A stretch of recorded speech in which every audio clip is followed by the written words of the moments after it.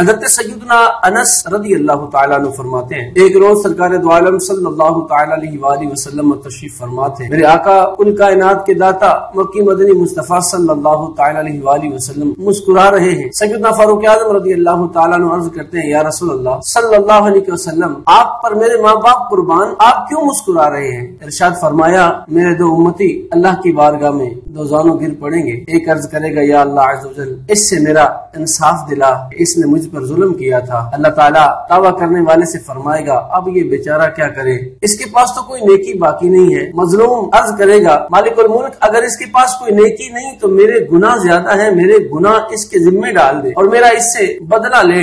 اتنا ارشاد فرما کر سرور کائنات صلی اللہ تعالیٰ علیہ وآلہ وسلم جو تھوڑی دیر قبل مسکرا رہے تھے رو پڑے، چشمان کرم سے آنسو بہ نکلے. فرمایا وہ دن بہت عظیم دن ہوگا کیونکہ اس وقت یعنی بروز قیامت ہر ایک اس بات کا ضرورت مند ہوگا کہ اس کا بوجھ ہلکا ہو. اللہ تبارک و تعالیٰ جل شانہ مظلوم سے ارشاد فرمائے گا اپنے سامنے دیکھ کہ تجھے کیا نظر آ رہا ہے. عرض کرے گا اے میرے پروردگار عز و جل میں اپنے سامنے سونے کے بڑے بڑے شہر اور بڑے بڑے محلات دیکھ رہا ہوں جو موتیوں سے مزین ہیں. یہ شہر اور عمدہ محلات کس کے لیے ہیں اے مالک الملک؟ یہ تو نے اپنے پیغمبروں کے لیے بنائے ہیں. اللہ تعالیٰ جل شانہ فرمائے گا نہیں یہ پیغمبروں کے لیے نہیں ہے مالک الملک، یہ صدیقین کے مقام ہے. فرمایا نہیں صدیقین کے مقام تو اس سے بھی بلند ہے. رب کائنات جل والا کی بارگاہ میں بندہ عرض کرے گا مالک الملک یہ شہیدوں کا مقام ہے. اللہ تبارک و تعالیٰ فرمائے گا نہیں شہیدوں کا مقام بھی اس سے بلند ہے. تو مالک الملک یہ کس کے لیے تو نے بنایا ہے؟